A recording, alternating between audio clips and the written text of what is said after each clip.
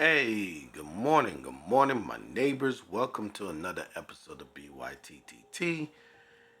Woo, I gotta figure this out. I'm trying to get y'all this information as best and as accurate as possible, but I'm gonna need my sleep. We might have to get rid of the mornings. I'm not gonna lie to y'all. We're gonna have to do this like a day before, so be prepared. I think I'm about to shift it one more time, but we're gonna get it right. So let's go ahead and get right to it. So on the screen, you got NQ, and if you watch this show enough, you'll know that I've been very bullish. Again, Golden Cross. I have some other indicators that's here, proprietary information, but we're at our peak, we're at our target, we're at our assessment where this could relatively be done. To kind of give you a little bit of a background, a while back, this was a short. I took a small piece of it, but kind of like kept on playing shorts throughout this whole entire time. And I kind of gave some warnings to folks. I was like, this is December and everything else. So when February looked like we wasn't giving it up, I was like, damn, they still didn't trigger this. Whew. Okay, cool. So that means we were going to go short. It ended somewhere in the middle of March. Yes, we did go a little bit lower, but I do think that we take the elevator down while they take the stairs up. So this is our stair step up. And to be honest, I think we got like one more leg to this. Maybe like 24.5, 24. I don't think we're going to get to 25,000. I think there'll be so much sellers sitting here at this level, it's going to be ridiculous. The funny thing about it, I was talking to a good friend of mine, and I was like, I got some 650 calls on QQQ, and I'm just throwing it. It's like $20. I was like, I'm just throwing the money out there. I don't know it is going to pan out, but if you look at this, this is where we are assessed, and I think there's a strong possibility we could get into that 25,000. I don't know if that's going to get me into that 650. Again, it was just maybe, trying to like park the money there, and if it pans out, it pans out. If it doesn't, then I just lose the money. I didn't, put what I was willing to risk. But if you really think about it, that's how we got to deal with a lot of our trades. So let's go ahead and continue on. We got so much to cover. Like oil's gonna have their inventory. It's still dropping. Like I warned y'all that I think they need to get inside of this order block as soon as we touch this level at 63.40, 63.98. It was a telltale sign that we're going to go ahead and test some of these levels.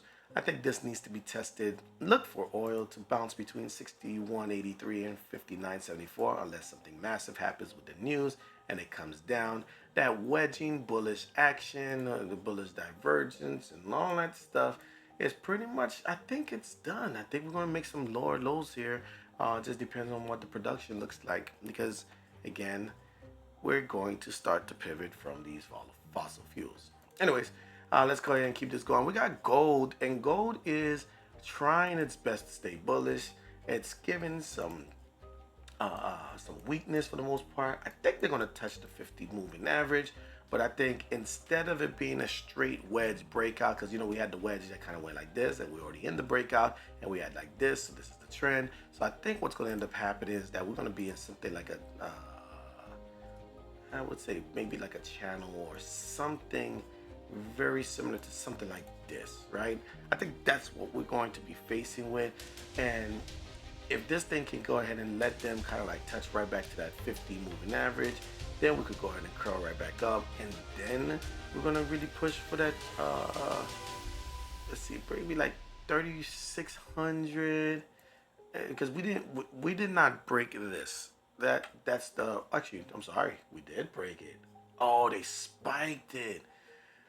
Okay. Well, hold on. Let me pause. Let me reassess a little bit. We did break it. I didn't play gold. I've been stuck on NQ as much as I say I want to play gold. Oh, look at that. We might get something nice and spicy to that downside. Keep playing around. So I think that 50 EMA, if it doesn't happen and they look like they're trying to catch it early, which I'm not a fan of. Yes, they did get the fair value gap, and they're trying to use that fair value gap as support. They did not feel that, but I'm not a fan of that. I want to see them kind of touch the 50 on this. That can give us real good credence to get up into that register. But now, this is probably that pivot, so they can try to attack this level. If this fails, that means a lot of these buyers here are going to be like, all right, I'm out of here. All right, we got silver. It's doing its thing. It's dragging gold with it, and that's what you want to see. If silver gets to that 40, trust and believe that gold is pushing up. And British pound, listen, that head and shoulder. This is why, and this is a perfect example. You don't have to take 100% of measured moves, especially we're in a bull market. This was a bearish pattern. 50% of the move was all they had.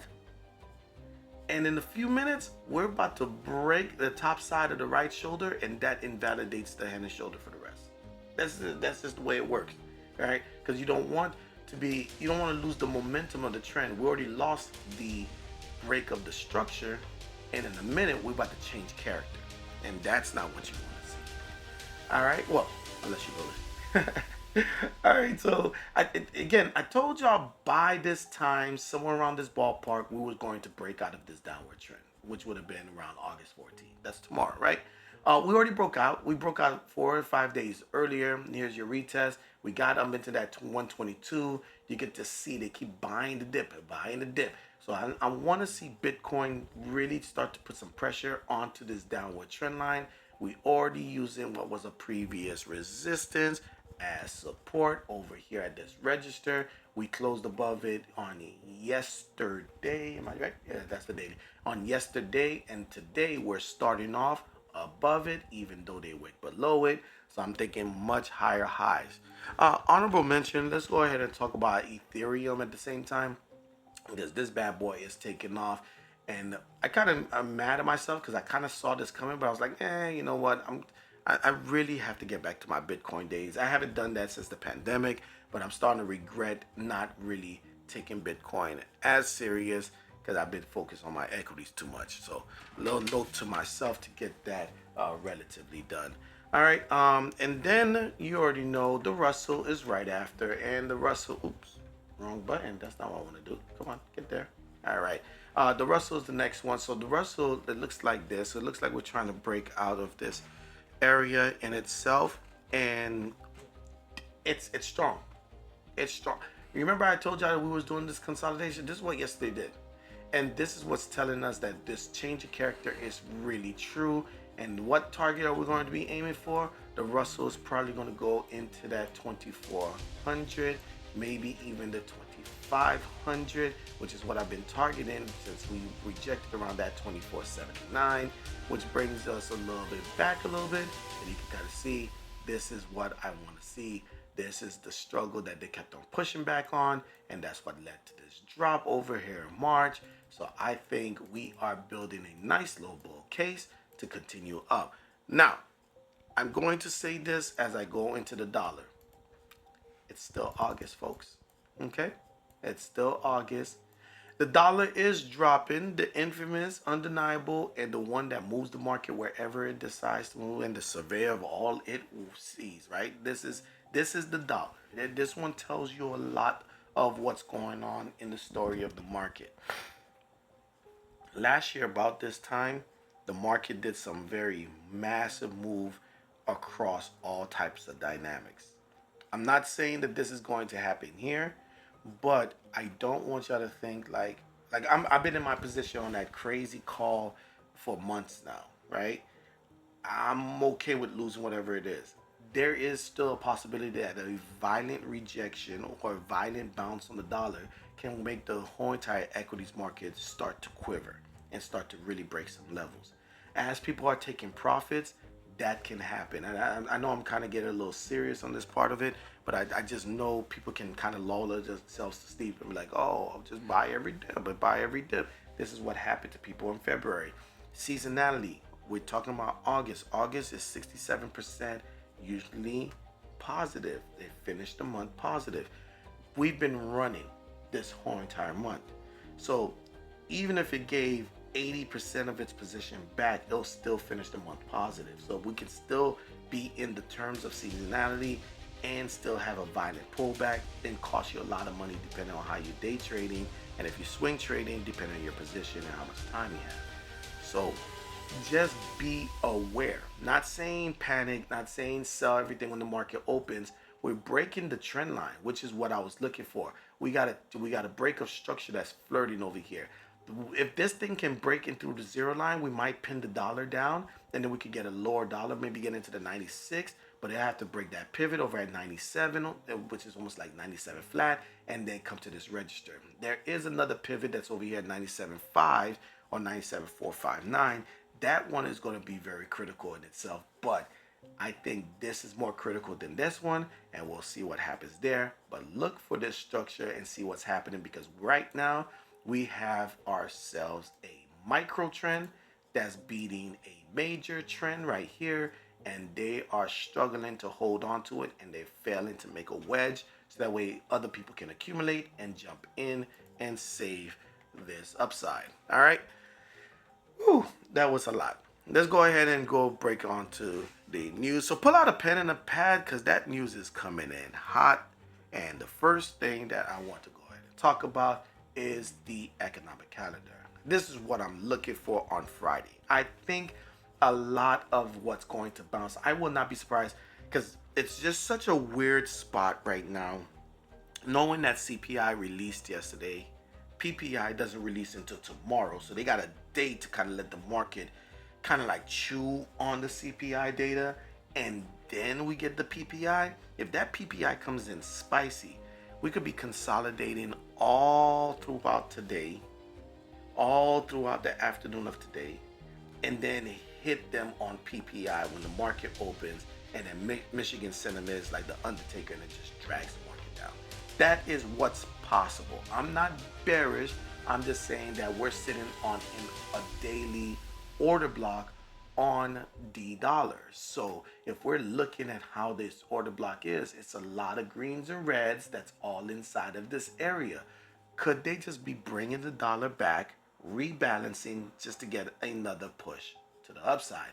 It is very possible. This day is not over. This can just finish where it makes a long wick and continue to the upside. Very possible. So just keep this in mind as you're going into it.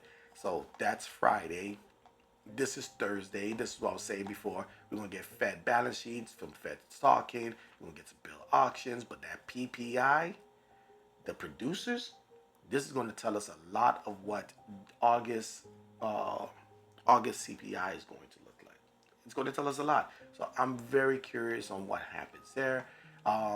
Of course, we're gonna get jobs report on Thursday, so that's like that you basically a Molotov cocktail. If the jobs report comes in light and the producers comes in crazy, this thing can do some very nutty stuff. But the overall today is just really all inventory. We don't have nothing for 8 o'clock, and what would have been PPI here, we're getting a Fed that's going to be talking. So depending on what he says, that can move the market. And then we got over here 17-week bill auction, and then another Fed speaking at 1 o'clock, another Fed speaking at 1:30. So I think they're just going to parade the Feds around, and I won't be surprised that's part of a ploy, because you already know there's whispers in the space basically saying that they're trying to get rid of Jay Powell, so that way they can finally cut interest rates. Look, to be honest, I think Jay Powell did exactly what he was supposed to do, but we'll see how that relatively goes. All right, so let's go ahead and get ourselves into the news. If you haven't used CNBC, I would say take a shot. It's probably one of the most hilarious things in itself. I'll watch certain things. I'm like, why are y'all telling these people this? And I'll do the complete opposite. So I'm a big proponent on buy the rumor, sell the news, and CNBC is consistent. So we'll see what happens in itself. So Russells, you might be in trouble, because I don't like this news for you, right? This one right here is basically no real quality behind the statement in the sentence, and it looks like they didn't attach any tickers. But what to buy for a trade after light CPI, small caps and low quality, right? That's what they're leaning on. So if you don't know who has the small caps, that's where you got the Russells. The Russells is the one that kind of brings us all together for the small caps. And I find this story hilarious, right? And it looked like it dropped at 11 o'clock in the morning. So they got the, so basically already detailed this. Could that have driven all of this up? Let's go ahead and look at the 1 hour, or actually let's do 2 hour, right? Let's see, right after the market opens, this is 8 a.m. to 10. So as soon as this drops, nice drift up. I guess maybe this is what gave us that whole entire momentum to get above this register. And now people are going to go ahead and especially we just got above our order block.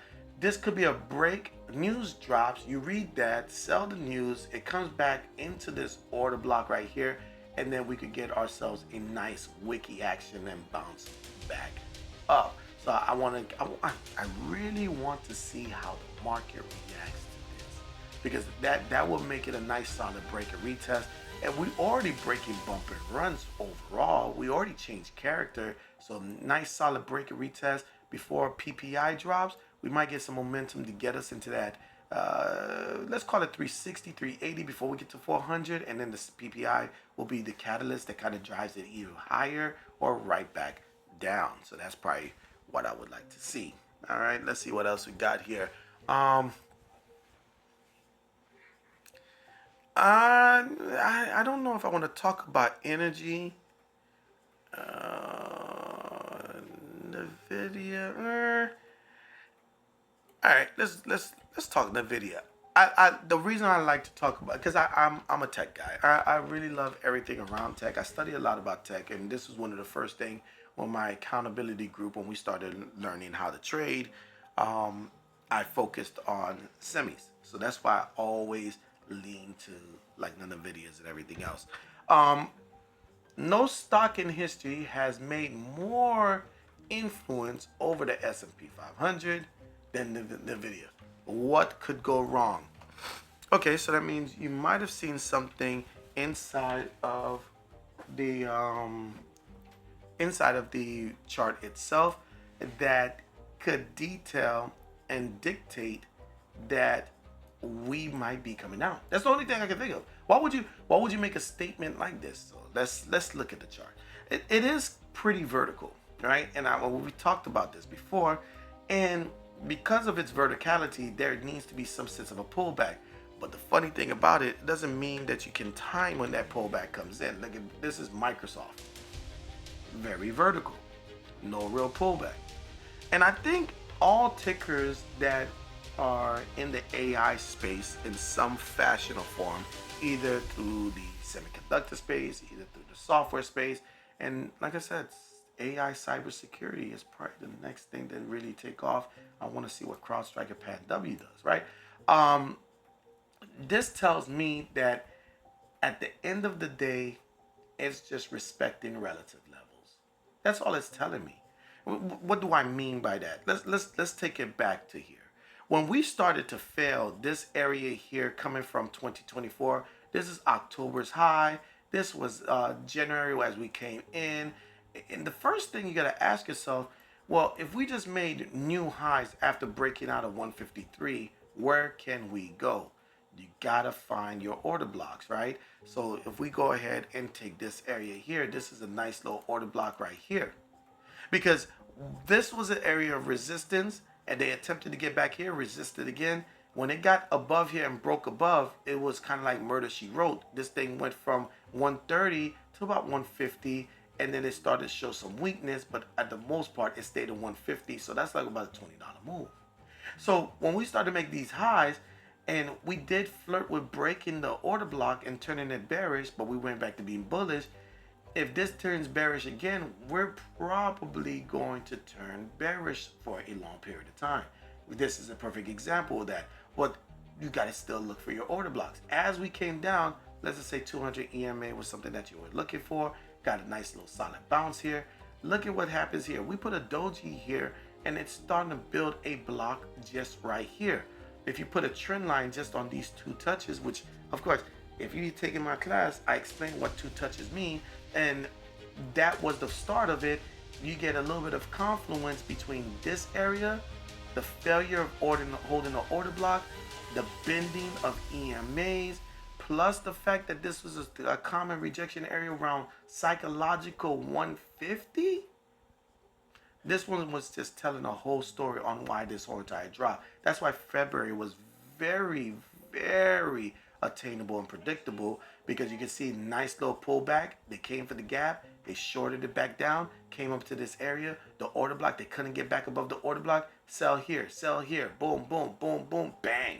And then this is our drop. So what does that mean, JD? Okay, so if that is the case, right, that means just like this area over here,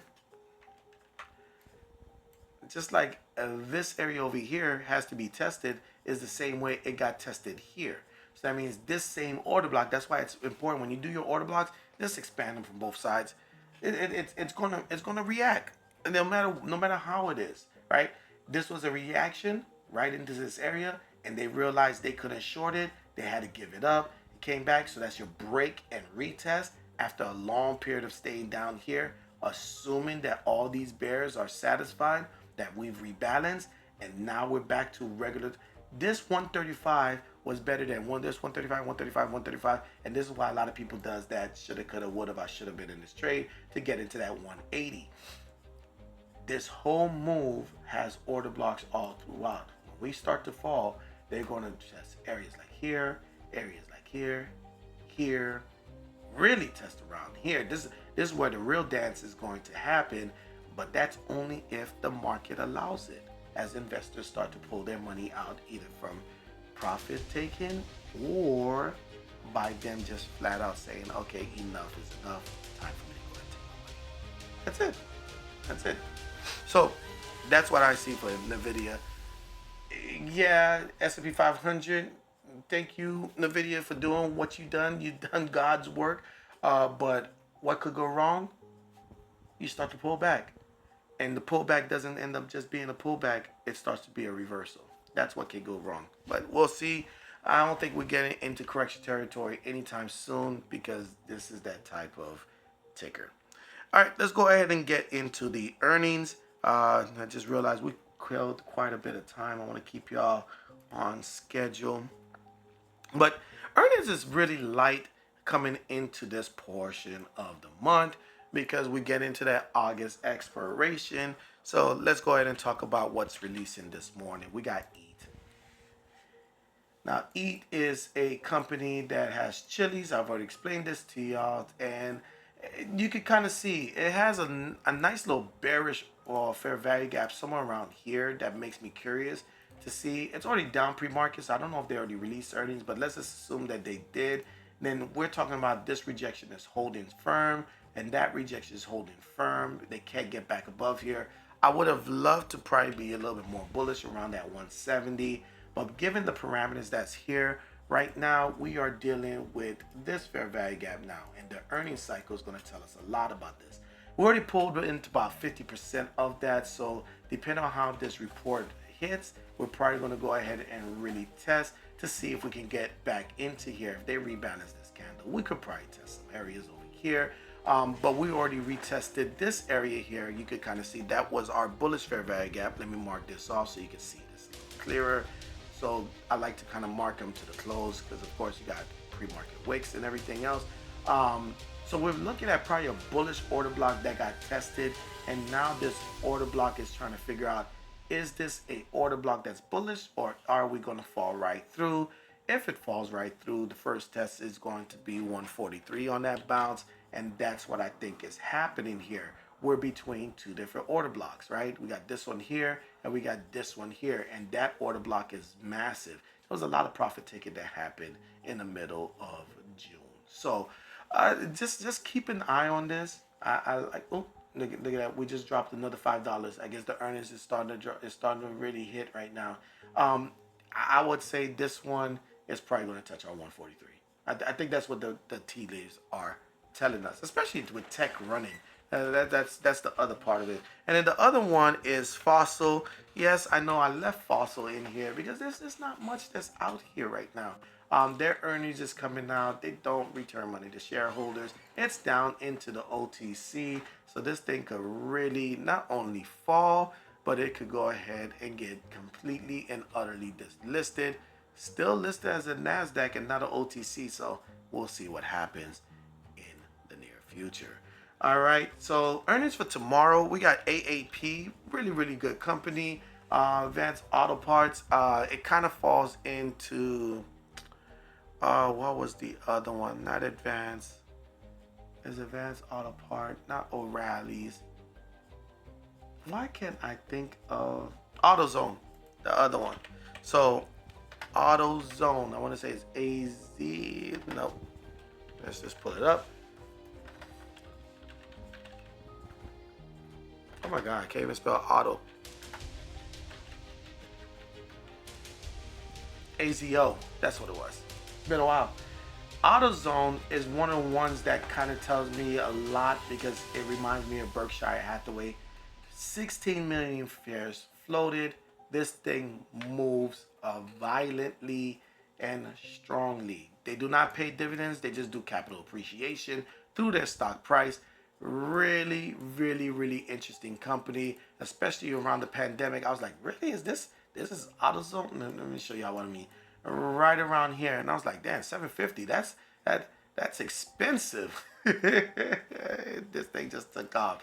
So AAP is a good alternate if you want to get into the space. With the fact that inflation is continuing as strongly as it is, I do believe people are going to be more towards making sure that they fix the car that they own. Of course, this is not AutoZone. You can see the reaction. They have missed some earnings in regard, and right now they're anticipating an EPS of only 56 cents with that much share floated. So it's a totally different company. I only reference AutoZone only because of the fact on pays dividends, right? I only reference AutoZone because they kind of worked lockstep during the pandemic, but you can see the dichotomy has changed quite a bit. That's that. And then we got ourselves DE, which is Deere, another real good company, right? And you know what I like out of Deere? This is good for those that actually really get deep into their dividends. I won't be surprised there's some hedge funds that still has their money parked over here. They haven't really upped dividends. Like I said, I like that 1%. I don't like that, you less than 1% in itself for a quarter. For the year, they're probably at 1%, which is okay, but they do not make any mistakes. If we go back to the pandemic days, can you imagine if you actually got Deere over here at 135, you would have got 4 times, 5 times your money right here. That's what is going on with Deere. I like this company for where it is. I don't like this consolidation though. That's a lot of consolidation here. Are they starting to get to their top? Shares floated is only 250 million. So this one, like they're in the agricultural space. They're in a lot of things here. So I feel like this is never going to go anywhere. And God forbid there's some craziness that needs to be constructed. You are reaching out to Deere. All right. What else I got for y'all? Notable mention. I like what's going on with Hood. Going into this cycle, I really thought we was going to get a deeper pullback than what we got in the end of the month. I know we could get to 150. I was really waiting for maybe like a Tesla 58 Ray, like some type of reaction. I don't like the reaction that's happening here. It makes me feel very frothy. Yeah, I would say we might get a violent down on this one, just so that way they can let certain people on. So I think they're running a little bit too fast, too hot, and may want to cool down just a bit. One that I referenced before was First Solar. This is in the solar space, of course, and as energy is starting to shift in all types of ways, we're probably going to go ahead and get something like this moving if oil really starts to drop. Now, what makes First Solar very interesting, y'all see this? This is my golden cross right here. This is my 800 EMA. It looks like we are building something, and it might be building because they're just trying to get up here so they can short this all the way back down and get some lower lows. Again, we're talking about a company that is positive EPS with $1 billion in revenue. Have they missed? Yes, they have. They missed here, they missed here. And it's all predicated to people installing new solar. That's just what it is, right? But I would say if we really think, oh, actually, there's a price target upgrade too to 214, which is not too far. Prior target was 172, which they exceeded. And this is all these Canadian solar module. So how do you feel about solar as an energy? That's what you got to ask yourself if you're going to invest into it. For this trade, I like what happened after the earnings. They didn't really fall. So I'm curious, did they guide really well? Because that looks solid. Are people going to do more installations? Very possible. So look for First Solar to kind of give us a nice little push to the upside. And then let's give something from our earnings run. Let's talk about, give you a couple of tickers out of this run. We have ourselves like Shop. This thing just took all the way off. I am still upset about this, but it's fine. Shop, congratulations. Y'all look really, really good. A nice retest inside of the gap. I think will be a bounce because this earnings really hit well. But let's talk about Clorox though. I think what's going on with Clorox, I kind of saw this and I was like, wait, this thing is just dropping. And don't get me wrong, they do other things, but it looks like this space is really rejecting Clorox overall. They just pay, oh no, they're about to pay dividends, so we could probably get another drop again. Or did they drop to let people get on so that way it can push up for the ex-dividend, which is, oh, it's actually today. So you're probably going to get another drop here because of the ex-dividend date, unless people are going to start to really accumulate to go ahead and lock themselves in for those dividends. And again, this dividends is not super spectacular, but it is inside of my wheelhouse that I like. Actually, let me go ahead and put this in my dividend play. Oh, okay, I already have it here. So my dividend plays are down here. We'll leave that there. All right, so and I would say for the most part, it can put a W. It can put it. So just keep that in mind. And that's pretty much it. I think I covered everything that I would like to cover with every one of y'all. Thank you very much for being a subscriber. And also don't forget to hit the like, subscribe, and the bell button if you're not. I really try to give y'all really, really good information so that way you can be able to survive inside of the market. And if you like what I have, then do that. If you don't like it, by all means, hit the comment section, hit the dislike button, tell me where I can be 10 times better. That said, I bid you a fond farewell, and I'll see y'all tomorrow. Have a great day. Bye-bye.